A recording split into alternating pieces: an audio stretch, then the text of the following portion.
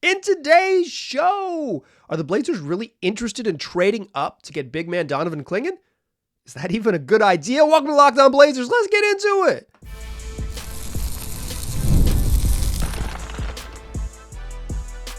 You are Locked On Trailblazers, your daily Portland Trailblazers podcast, part of the Locked On Podcast Network. Your team every day. What's up, world? It's your past first point guard and Trailblazers reporter, Mike Richmond. You are listening to another episode of Locked On Blazers, part of the Locked On Podcast Network, available wherever you get podcasts and also on YouTube. Thanks for making this show your first listen. Coming at you each and every weekday, Monday through Friday. So make it a part of your daily routine. Tell your friends to do the same. Make it your first listen as Locked On Blazers, your team every day. In today's show, we're talking NBA draft. A couple new mock drafts from the folks in the know pop today, last week, and we're talking about them today. You're listening to Monday, June 3rd show. You made it to June. It's draft month. We're a little over 3 weeks away from the NBA draft, so we will continue to pour forward talking draft stuff, including in today's episode.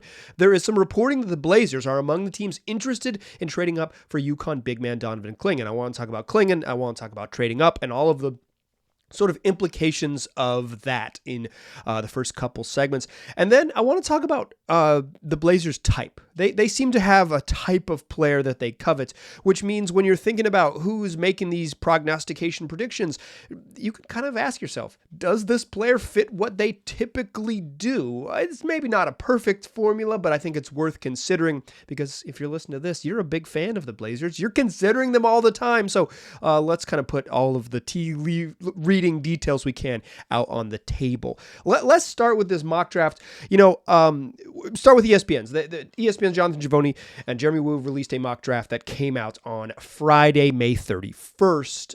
It is sort of the latest intel, and as I mentioned before, I think ESPN is last year they were the best at predicting all of the. They got 9 out of the top 10 picks right. They've been with Woo and Givony. They got 2 people who've been doing this a long time, and Woo for Sports Illustrated forever, Givony for Draft Express, and now for ESPN for a long time. Like just 2 veterans in the game and people with a bunch of league intel. They're talking to every team in the league.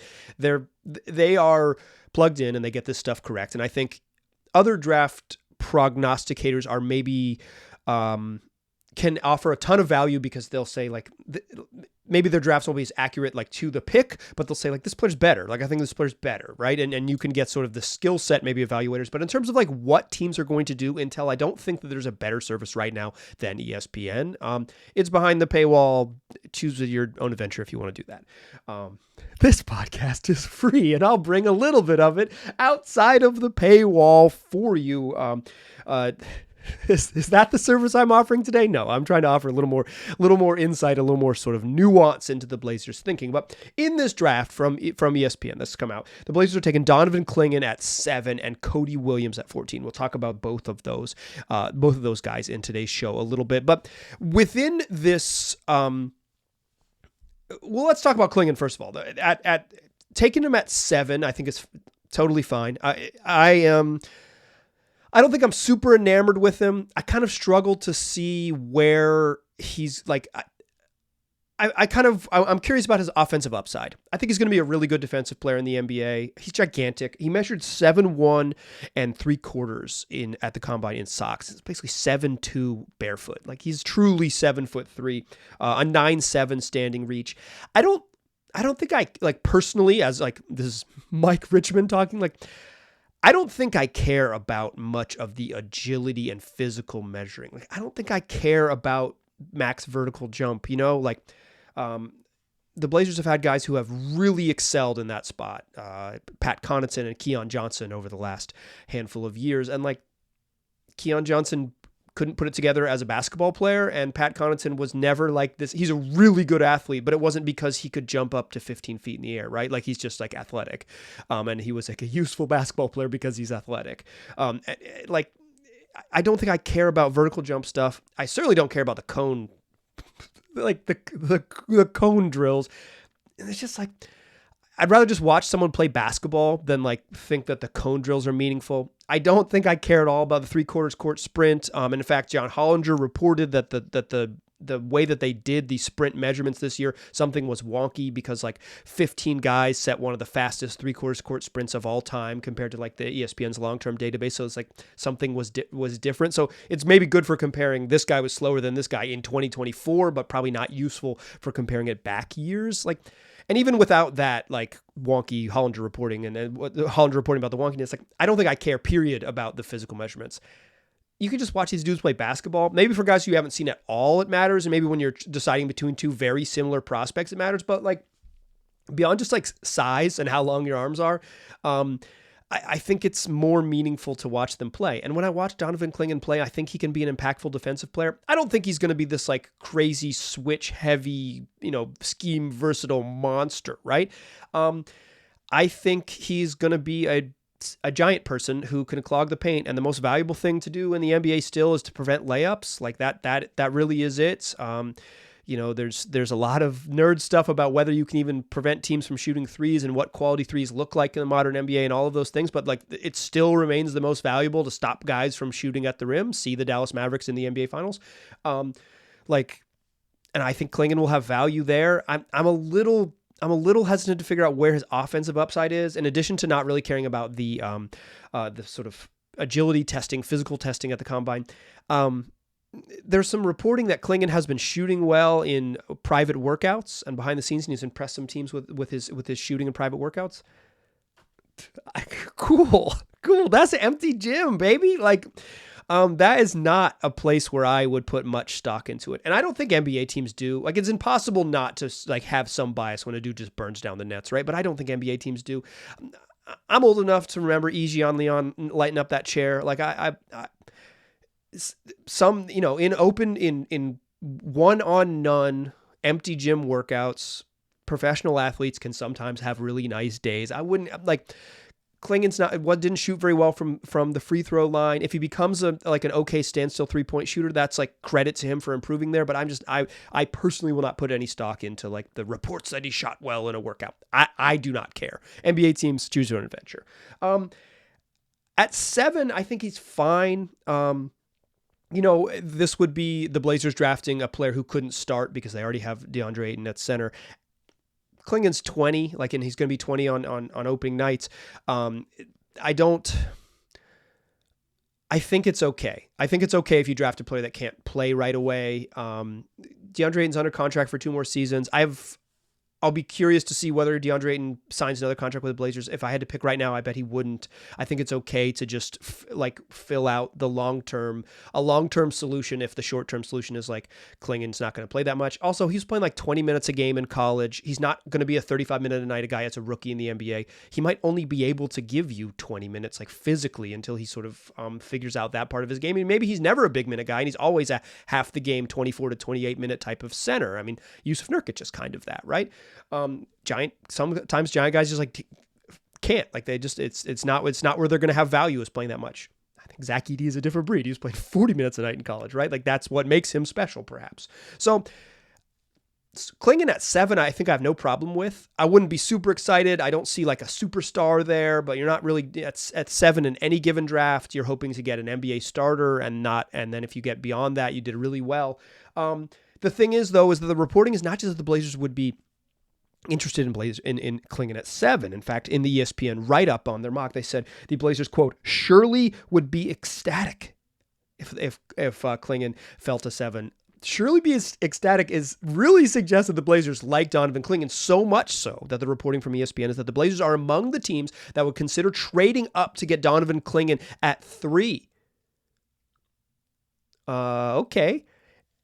I'm comfortable with Clingan at 7, right? I think that's fine. Again, I wouldn't be super, super duper excited. I'd probably be more excited about like any of the other of the wings, just because I think they have more upside, although Clingan probably has a much higher floor than a couple of those guys. 3 seems like a lot. Let's talk about what trading up for 3 would look like and what other teams are reportedly interested in chasing Clingan in this draft. Join me in that second segment, won't ya? First, though, I want to tell you that today's episode is brought to you by LinkedIn Jobs. When you're hiring for your small business, you want to find quality professionals that are right for the role. That's why you have to check out LinkedIn Jobs. LinkedIn Jobs has the tools to help you find the right professionals for your team faster and for free. LinkedIn isn't just another job board. LinkedIn has a vast network of more than a billion, that's with a B, a billion professionals, which makes it the best place to hire. It gives you access to professionals that you can't find anywhere else, and LinkedIn does all of that while making the process easy and intuitive. And hiring is easy when you have that many quality candidates. So easy, in fact, that 86% of small businesses get a qualified candidate within 24 hours when they post on LinkedIn. LinkedIn is constantly finding ways to make this process easier. They've even launched a new tool that helps you write the job descriptions so you can find who you need and who you want easier and quicker. There's already 2.5 million small businesses that are using LinkedIn for hiring. So if you want to join the gang, post your job for free at linkedin.com/lockedonnba. That's linkedin.com/lockedonnba to post your job for free. Terms and conditions apply.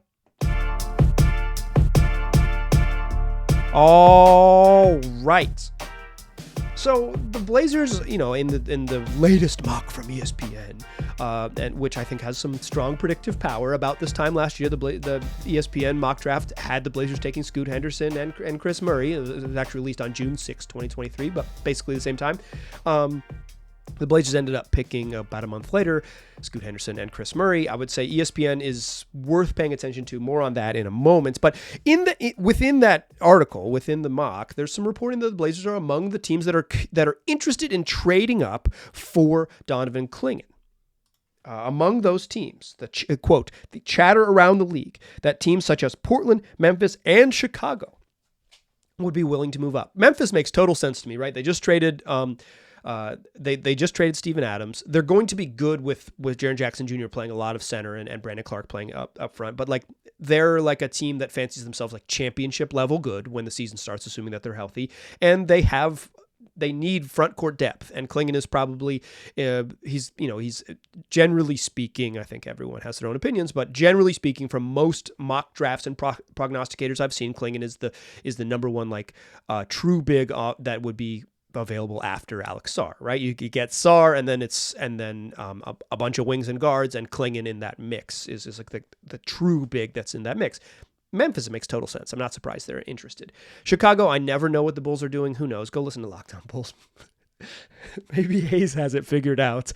But for the Blazers, it makes sense. They need to add talent. They need some front court depth. I think folks are saying the Blazers have front court depth. They have Duop Reith and they have Rob Williams. Rob Williams is if he can stay healthy, he's very good at basketball. The if is big enough that I don't think you can bank on it, right? I don't think you can say I'm not worried because Rob Williams is going to be healthy. I know it. Maybe, and if he is, that's a cool problem to have because he's going to be a good basketball player.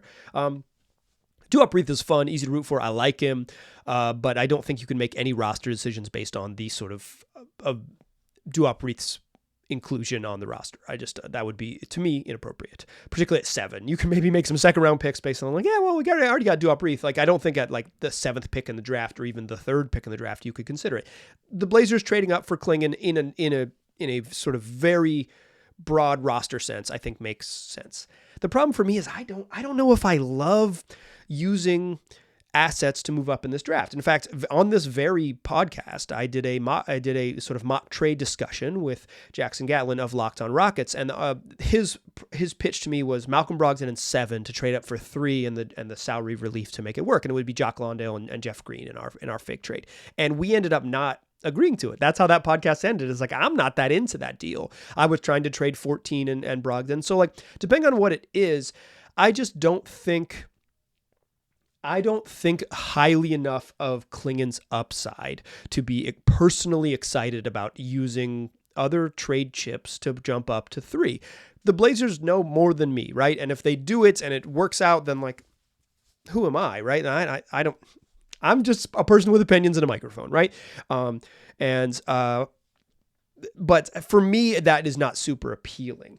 But I think equally telling is that there are more teams in the top of the draft. The reporting suggests that there are several teams in the top of the draft, specifically the Houston Rockets. And this just isn't from ESPN, but I've read this a couple other places, including Yahoo Sports, it's like there are teams at the top of the draft outside of one, it's outside of Atlanta, would consider trading back because there's value to be gained in a wide open draft and trading back. If you say we don't like anyone enough to spend at 2, and if we trade back we can get to like 9 or in case for the Blazers 7 and something else, we might do it. Particularly the Rockets, that I think are aiming to be competitive and don't have their own, they don't have control of their own future draft picks, so they would rather be mediocre to good than like truly bad, because tanking doesn't do it for them. They'll let the Nets tank on their own on their behalf, like they did this year. So like if Detroit with newly minted GM and President Basketball Operations, I think is his title actually, Trajan Langdon, getting in control. If they're interested in trading out, that's curious. If San Antonio, that has 2 picks in the lottery, maybe if they're willing to trade out to 4 if they get the right deal, that's curious. If the Rockets at 3 with their goals, and the reporting from ESPN is that the Rockets are expected to field a lot of offers for the trade. If they're if 3 out of the 5 teams in the top 5 in this draft are like, we would love to move back, I think that's not like maybe like a red flag, but that's a caution flag, right? That's enough to be like, why does everyone feel that way? And I think that's telling to some extent. I wouldn't hate it.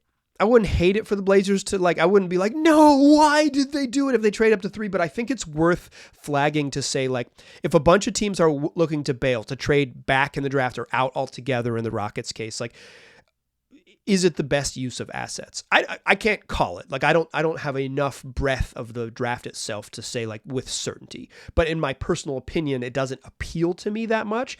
I don't know if the prevailing logic that you'd rather have 2 cracks at 7 and 14 is better than 1 at 3. I think broadly speaking, that's probably correct. That's probably the correct logic. But if you really like someone at 3, if the Blazers say Donovan Clingan is going to be, an elite defensive player for 10 years in the league. He is going to be, because of he's a pretty good passer on offense. Maybe doesn't have a lot of shooting range, but pretty good passer. So he could set big screens and make decisions as a passer. He has good defensive feel with enough scheme versatility and enough just being a giant person that we think he can be a defensive anchor. Then maybe they do it and it's worth it. But I think for me in general, I'm hesitant about it, but it's telling that there are other teams, Portland, Memphis, Chicago, that would be interested. Here's the other thing. This is lying season. This is the season to lie. Are those teams deeply invested in trading up, or is it valuable to say the Donovan Clingan camp or even the Houston Rockets to say, oh yeah, we got offers, baby. We got offers. We're calling all around. Chicago's blowing up our phone. So's Portland. So's Memphis. And even if there's some truth, we have had conversations with Portland. We have had conversations with Memphis, or we've had proxy conversations with those connected. This is the season. This is the time over the next 3 weeks to drive up the perceived interest in either a pick itself or a prospect itself from teams. Say, if you want him, you better trade up, or, if you don't make us a competitive offer for 3, we've got other offers on the table. This is the season to lie, right? I'm not suggesting that this is itself a whole cloth lie, but if there's ever a time for misinformation, this is the best time. This is the time that you most often see things that are how you have to question, how true is that? In addition, and I don't like unpacking this, I think it's a little bit uncouth, so I'm probably not going to do this again on the show, but I'm going to do it here quickly. I mentioned in the previous episode talking about the ESPN mocks that Jonathan Givony worked with Blazers assistant GM Mike Schmitz for a decade, right? More than a decade, 12 years they worked together. So since Schmitz has taken over, ESPN has had strongly accurate drafts in terms of what the Blazers are going to do in decision making. And it's I had a listener reach out to me, and I'll keep them anonymous because I think it was a fair question and just not particularly for the show, but it was what's the value in the Blazers telegraphing to ESPN what they're going to do? And I don't read it like that necessarily. I read it like this.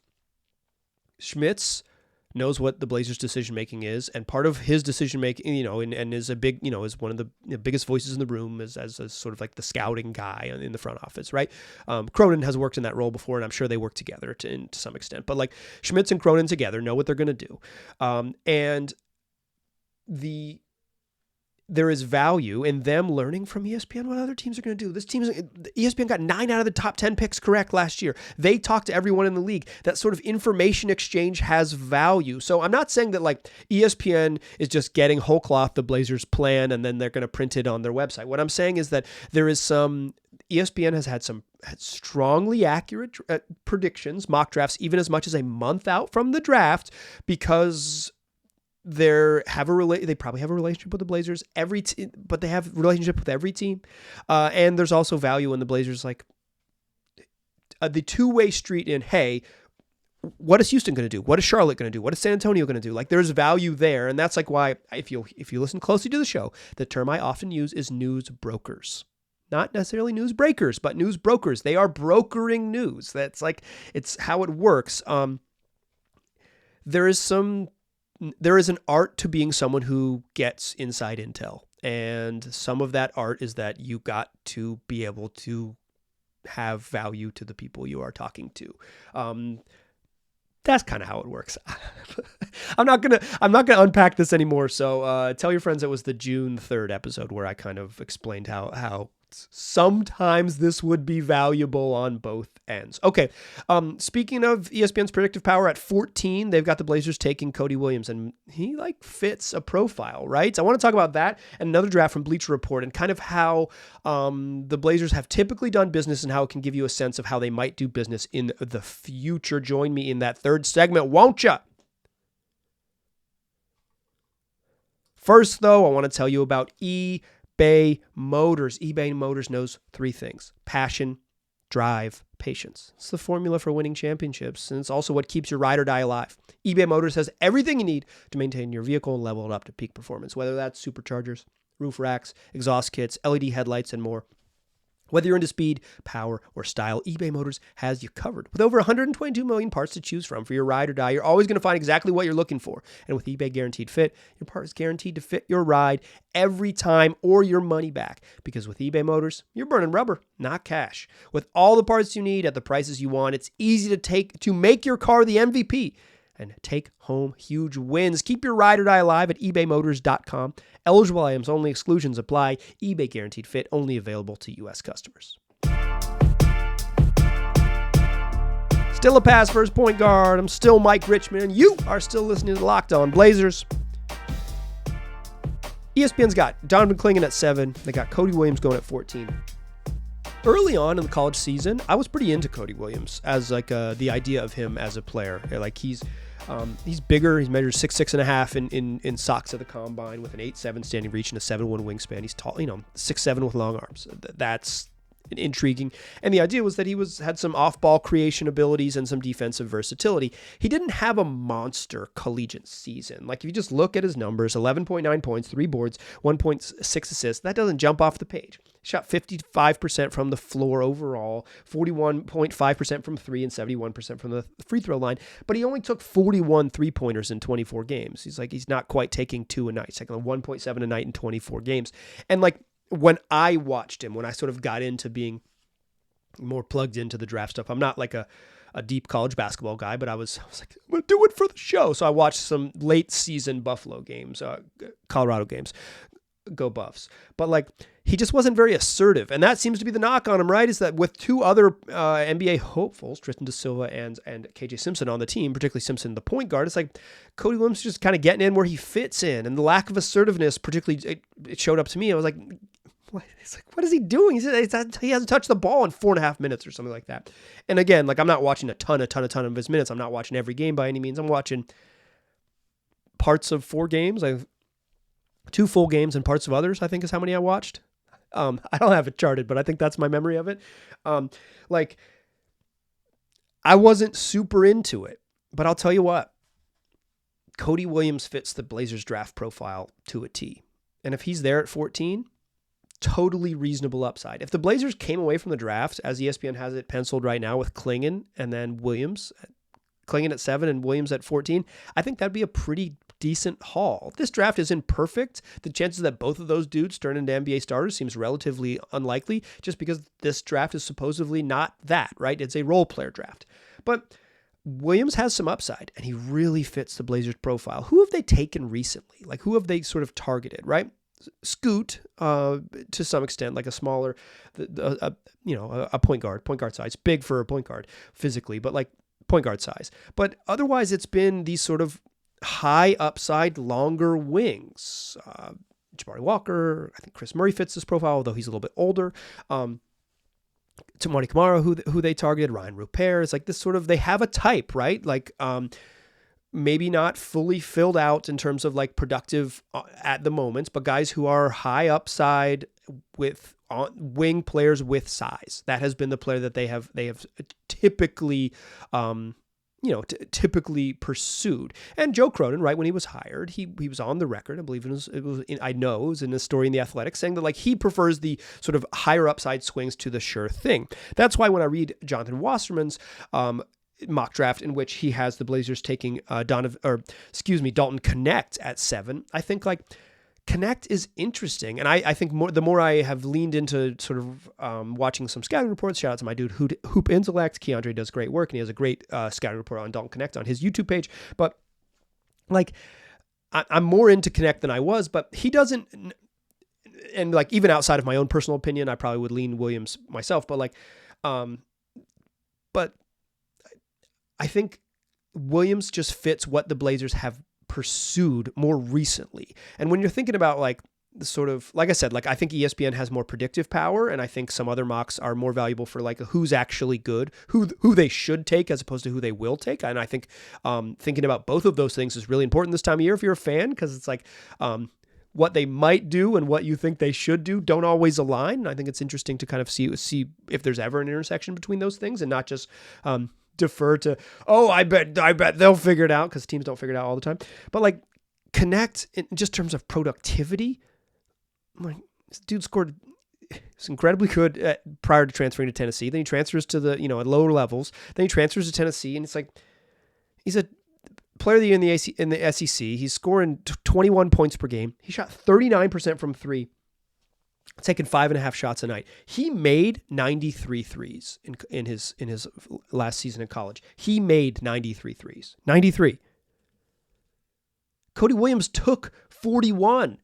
He made more than twice as Cody Williams took. Dalton Knecht almost attempted 200 more threes in college than Williams. 234 compared to 41. This last season, not total college. Last season. 234 attempts from three compared to just 41 for Williams. Knecht played 50% more games, played 36 as opposed to 24, but still like, okay, take out 60 of those attempts. He's still taking like 100 more threes than Williams in the same number of games.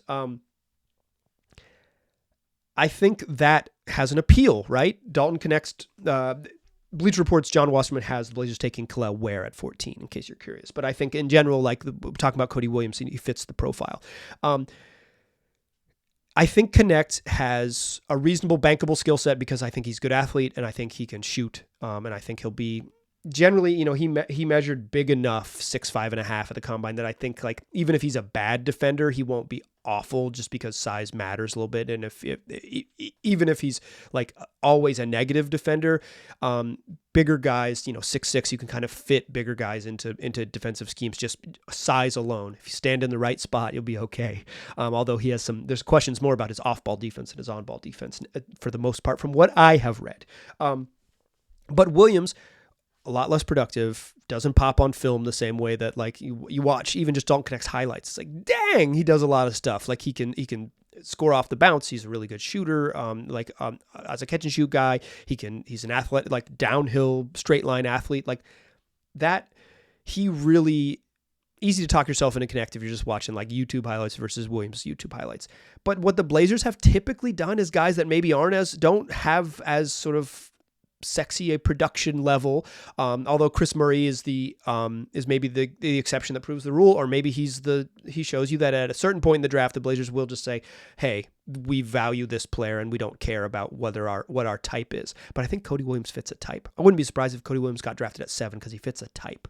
I think Buzelis and Ron Holland also fit that as well, but Cody Williams has some shooting chops. Like if you get him to be more assertive, he has shown to be more productive in terms of just making shots, albeit on very low volume, 17 of 41 in one season of college, but has some pull-up shooting chops as well and some defensive versatility. And a guy who profiles as a long wing that has defensive versatility and can shoot a little bit is like I would say that is as much a like Blazers-y pick as you could possibly imagine. Now, Williams just fits the Blazers profile. And when you're thinking about this moving forward, I'm not saying he's a lock and he's absolutely going to be there, but among the players that are likely to be available, particularly that 14 spot, and I think Williams could fall that far, although he could rise as well. We'll see over the next month.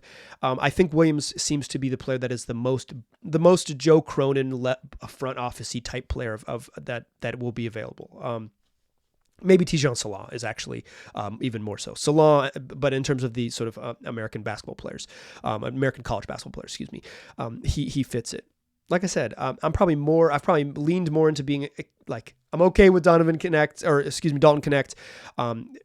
got Donovan Clingan on the brain. I'm okay with Dalton Connect, but I think in terms of what I think the Blazers would be more likely to do, I think Cody Williams much more likely in terms of that. That's going to do it for today's show. Tomorrow's show is going to be a fun one. Do not miss it.